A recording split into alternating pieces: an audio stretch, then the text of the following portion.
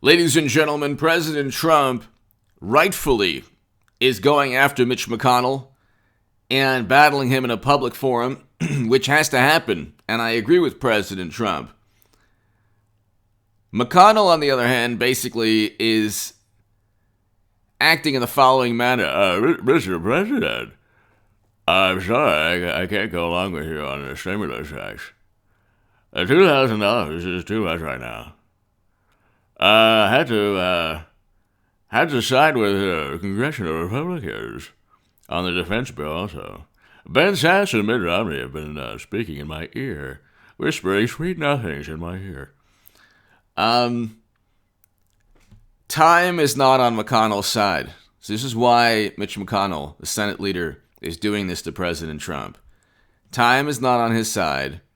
Media is not on his side. Mitt Romney and Ben Sasse are not on Trump's side. And you have, from McConnell's vantage point, which is why he's not backing President Trump now, you have time, you have media, and then you have a mini revolt within the Republican Party that he has to either quell or that he has to either cater to for the moment. So we'll get to the spending bill, the relief bill first, and then we'll talk about the defense bill that President Trump vetoed, that Republicans and Democrats worked together to override in the House. Why? Because of this line right here. There's a line, CNN said it best, which is hilarious because CNN doesn't say anything best.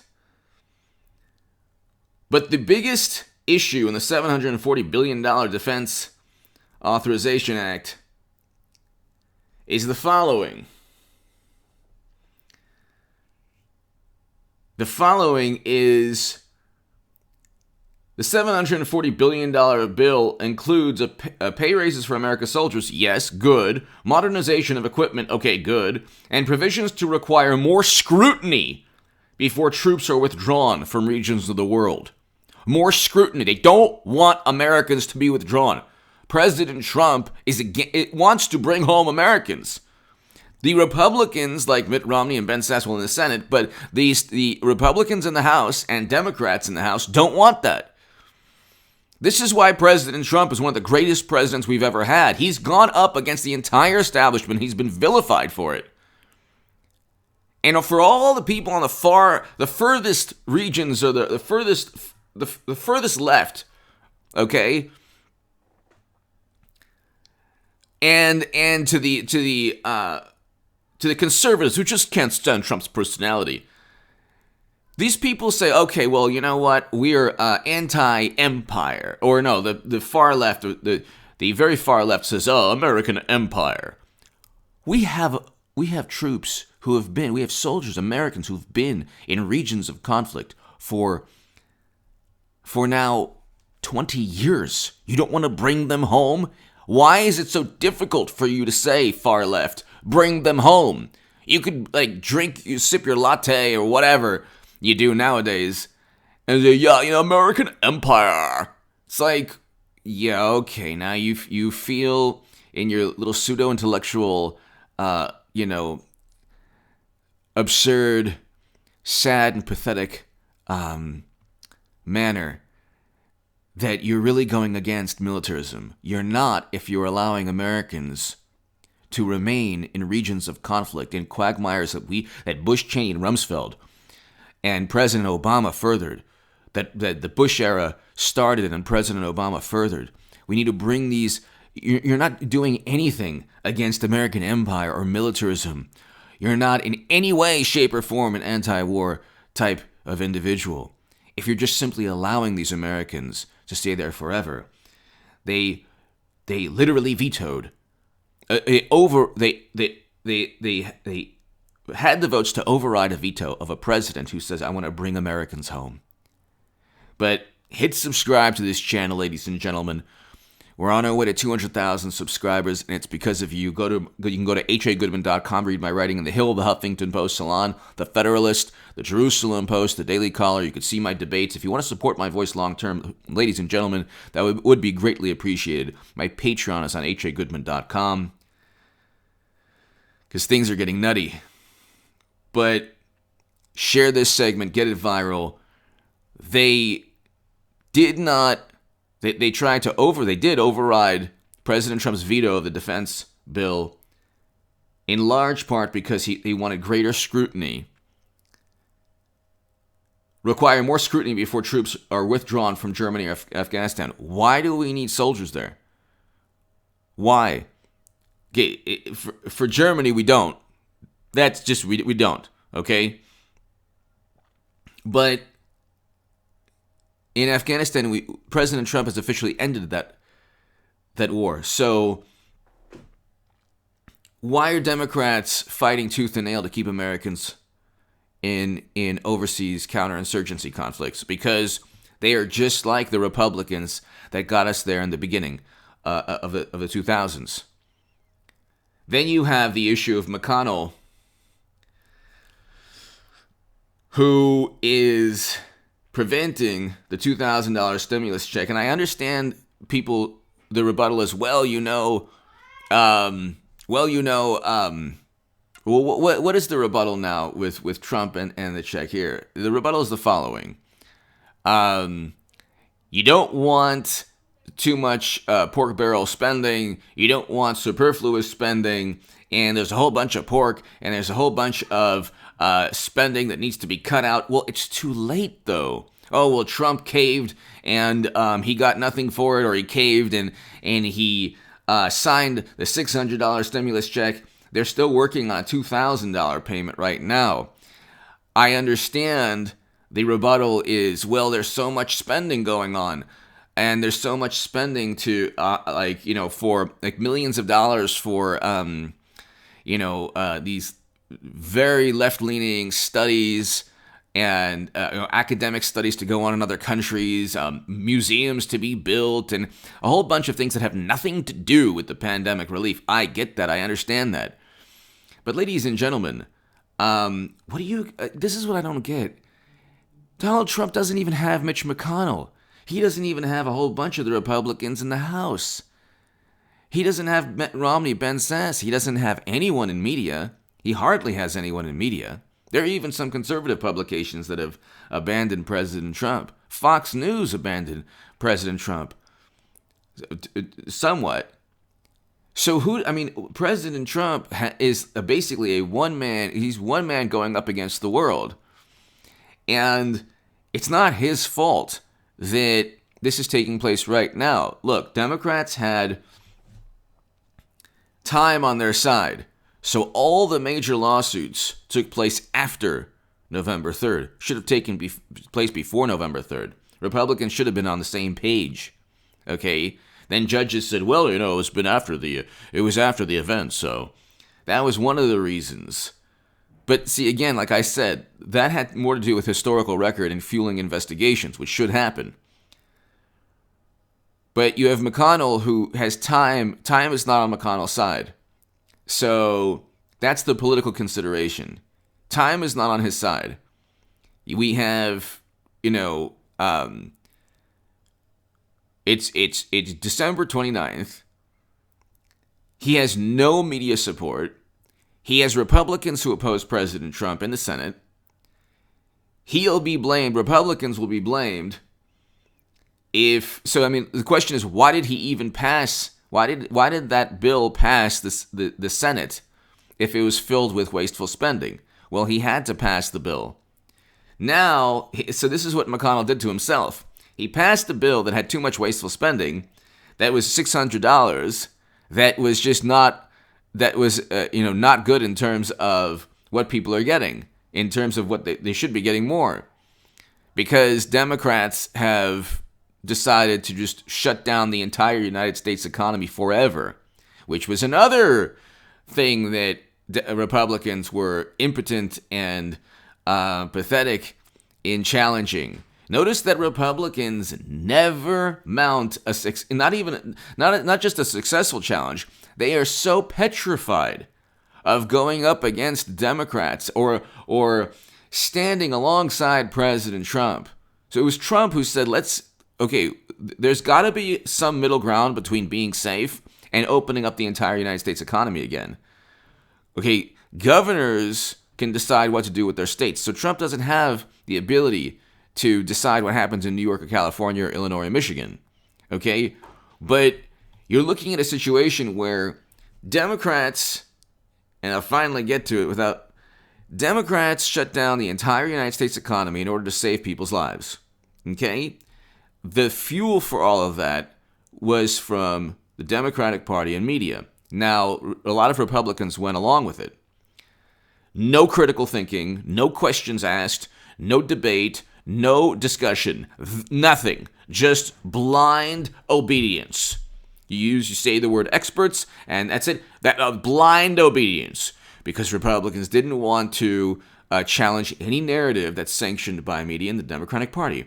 Even though we've seen that you can shut down the entire U.S. economy, and that's still not going to work. So, and the only certainty you'll have, people say, well, it would have been worse. You don't know that. And the only certainty, because people go to Costco and Walmart and, supermarkets and Ross and, the malls and they shop. So, people will find other ways to congregate indoors oftentimes. You have house parties going on in every major city. Okay, so what you've done is shut down the entire United States economy, and people are going to find other ways to, unfortunately, bump into other individuals they don't know. That's just the reality of human nature and the interactions, the human interaction. But you've shut down the entire United States economy. You have media saying anyone who disagrees is going to end the lives of others. You have Republicans who don't push back, so there's just one type of thinking, one paradigm of thought in American politics or American political discourse, and it runs through the apoplectic sentiments of liberals. And then you've made people, beholden, because there's no more economy, to the government stimulus. Then you have time that's not on your side because of what took place in November. It's what's been taking place now, what will happen in the next month, okay, with Biden coming in. And so, yes, you have January 6th, you have all of these, but this is for the future of what President Trump has created, ladies and gentlemen. President Trump has created a movement. You can either decide to say all is lost or regain political power in 2022 and 2024. And if you say, well, I can't regain political power, yes, you can. Watch this channel. I explain how you can. But McConnell, not a defensive McConnell, but here's the political realities. He allowed, along with the Republican Party in general, and state GOPs, and Republican governors, allowed media and Democrats to completely control the narrative pertaining to this pandemic in every way, shape, and form. The economy was completely destroyed. Millions upon millions now need this stimulus. They passed the stimulus full of superfluous spending and not enough money in terms of a check. The whole thing was a catastrophe, a financial catastrophe. You didn't get what you wanted in terms of preventing any superfluous spending, and people didn't get what they wanted in terms of a check, which now they're dependent on because Democrats and media have shut down the entire United States economy and said, okay, well, now you're going to rely on us. We're even more important than ever. Now McConnell says, oh, well, you know what, that's too much. We have to think of the debt, or we have to think of the superfluous spending, or whatever the reasons are, or those are the reasons in addition to other reasons. He said, no, $2,000 no good. Now he's being blamed by media and the president, which the president's right, because he was talking about that for a long time. He was saying there needs to be more than $600. There needs to be $2,000. Probably he'd be okay with more. If you shut down the entire United States economy and you have no pushback, no rebuttal from Republicans, and there's just basically one political party, a party run by media, a party run by a party run with only one paradigm of thought. Establishment Republican, establishment Democrats. This is why McConnell did what he did. He's being forced to continually undermine the president and then undermine himself, because Republicans in general allow Democrats to get away with everything in terms of the media narrative. Shut down economies, focus on government relief bills. Then when the government relief bill is not enough, and then President Trump says, hey, you know what, we need more. Then you block the House bill, which probably had even more superfluous funding, and then you look even worse. So, I mean, McConnell gained nothing, really. And the Republicans leading up to November should have said, okay, Pelosi, there should have been a unified voice in saying Pelosi is blocking the negotiations for the stimulus. There should have been a unified voice pertaining to legal challenges with laws that were altered to perhaps suit a political party. There should have been a unified voice in defending President Trump. There should have been a unified voice in President Trump's foreign policy that the Defense Authorization Act tries to circumvent. So at the end of the day, you have a Republican Party that didn't embrace Trump towards the end, and that actually hurt themselves more than it did Trump. Actually, it hurt both. And at the end of the day, you have 74 million supporters of President Trump who voted for this president because he's the type of individual who not only brought Americans or removed Americans from Syria, but where you have intelligence, you have nefarious intelligence and defense officials saying, oh yeah, we lied to the president about troop levels, just so his withdrawal plans didn't work. This is the type of, and then they say Trump is an authoritarian. Trump's not an authoritarian. He's not a despot. He's the opposite. There's never been a president more besieged and attacked by his own administration, by his own political party, and by the opposition than President Trump, and he still comes back fighting and asking for more. And then, like the sensibilities of apoplectic liberals and conservatives who just want to embrace their rear end, unfortunately, those sensibilities run American politics. You can create wars, you can create quagmires, interventions that turn countries like Libya into failed states, regime changes that just, obliterate regions of the world, cause chaos and instability. But if you do so in a diplomatic manner, all is forgiven. President Trump now is being, President Bush has paintings and he's on Jimmy Kimmel. But Jimmy Kimmel rails against Trump. So it's pretty unbelievable. Give me your thoughts below. Hit subscribe right now. I'll be back numerous times today. Ladies and gentlemen, as all over the place, but I hope you can see the kind of political realities that Trump and McConnell have to face, but McConnell, that's of his own doing. Give me your thoughts.